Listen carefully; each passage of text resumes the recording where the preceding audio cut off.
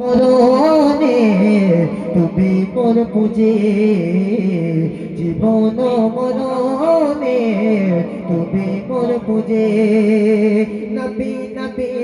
নবী নবী নবী নবী নবী নবী নবী নবী নবী নবী নবী নবী নবী মুসিবত না পাই যদি মুসিবত না পাই যদি করুণা তোমার কবরে হাসরে হবে আমার কবরে হাসরে হবে আমার নবী নবী নবী নবী নবী নবী নবী নবী নবী নবী নবী নবী নবী নবী নবী নবী আছি গর্বে আমি পাপের সাগরে না জানে কে হবে ও পারে হাসরে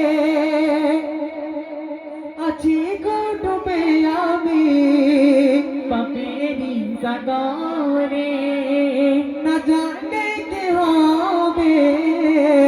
ও পারে হাসরে মুসিবত না পাই যদি করুণা তোমার কবরে হাসরে